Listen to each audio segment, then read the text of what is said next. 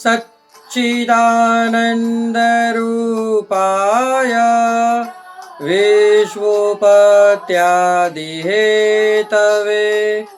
तापत्रय विनाशाय श्रीकृष्णाय वयं नमः। जय श्री कृष्ण, राधे राधे, जय श्री वल्लभ प्रियजनों। तो दास उपस्थित है आज आपके सामने पुष्टि गोष्ठी के कुछ नए प्रश्नों को लेकर। तो चलिए सीखते हैं पुष्टि मार्गीय प्रश्नोत्तरी के भाग 13 में। प्रवेश करने से पहले दास आपसे विनंती करना चाहेगा कि यदि आपने हमारे चैनल को सब्सक्राइब नहीं किया तो चैनल को सब्सक्राइब करके बेल आइकन बटन को दबा दीजिए। हो सके उतना शेयर करिए, लाइक भी करिए और कमेंट में जय श्री वल्लभ या राधे राधे अवश्य लिखिए। तो चलिए शुरू करते हैं आज का प्रश्न। श्री राधे। आज का प्रश्न है, काशी में लक्ष्मण भट्ट जी का मकान, महाप्रभु जी के तात जी यानी कि उनके पिताश्री का मकान कहाँ था? तो कहते हैं काशी में हनुमान घाट के ऊपर लक्ष्मण भट्ट जी का मकान था। अगला प्रश्न, स्वयं का मंदिर स्वयं गिरी केंद्रामा से प्रकट होने की बात और पाठ बिठाने की बात श्री वल्लभ को किसने और कहाँ कही थी? तो ये बात स्वयं श्री गिरिराज जी ने, गिरिराज जी में से प्रकट होकर श्री जी बाबा ने वल्लभ को झारखंड में कही थी स्वप्न में। श्रीनाथ जी के पाठ बिठाने के बाद सेवा का सर्वप्रथम अधिकार श्री वल्लभ ने किसको सौंपा?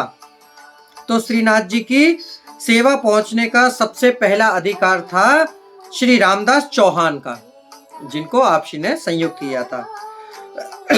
श्री राधे। अगला प्रश्न, होनहार चित्रकार ने श्री वल्लभ का चित्र किस स्थान पर बनाया था? तो होनहार चित्रकार ने श्री वल्लभ का चित्र गोकुल में यमुना जी के तट पर गोविंद घाट के ऊपर बनाया था।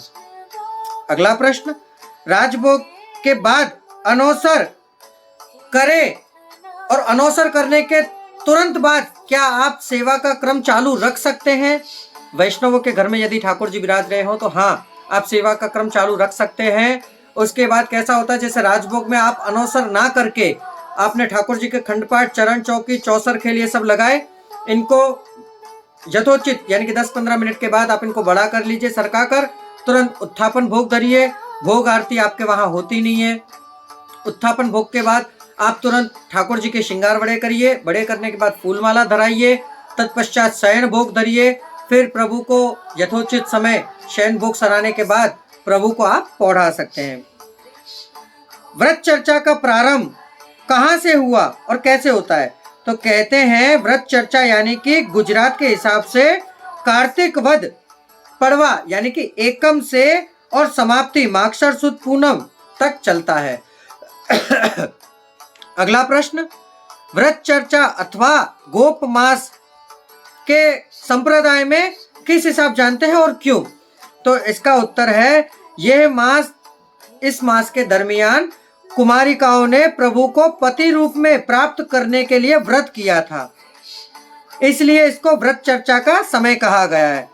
कुमारिकाओं ने प्रभु को प्रसन्न करने के लिए स्वरूपानंद की अनुभूति के लिए बनाया था, इसलिए इसको गोप मास भी कहते हैं, जिसमें ज्ञान का दान प्रभु ने गोपों को भी किया था।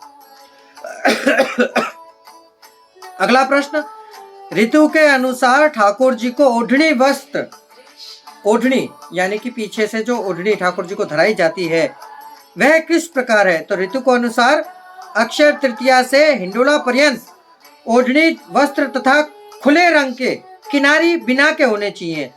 केसर की छापा के, मलमल के आते हैं। हिंडोला के प्रारंभ से किनारी वाले ओढ़नी वस्त्र आते हैं और हिंडोला के दिनों में रंगीन लहरिया के, चूंदड़ी के किनारी वाले आते हैं। रेशम के टेकरी वाले भी आप धर सकते हैं। अगला प्रश्न, ऋतु अनुसार कौन कौन से आभरण आप ठाकुर जी को श्रृंगार धरा सकते हैं? कौन कौन से आभरण के? तो कहा जाता है अक्षय तृतीया से हिंडोला प्रारंभ तक आप ठाकुर जी को मोती के और सीप के, सीप यानी कि छीप के श्रृंगार धर सकते हैं। चंदन यात्रा, चंदन के श्रृंगार और आभरण भी धरा सकते हैं। अब हिंडोला में कौन से धराए, तो हिंडोला में हीरा के, मोती के, पन्ना के, माणिक के, स्वर्ण के और मीना के श्रृंगार आप हिंडोला में धरा सकते हैं। वसंत पंचमी से डोल उत्सव तक ठाकुर जी को मीना के और स्वर्ण के श्रृंगार आते हैं। अब उत्सवों पे आप जैसे कोई उत्सव आए, जैसे जन्माष्टमी, श्री गोसाई जी का, महाप्रभु जी का, इन बड़े बड़े उत्सवों पे आप ठाकुर जी को हीरा के और मोती के आभरण धरा सकते हैं। अगला प्रश्न, कान जगाई मतलब क्या?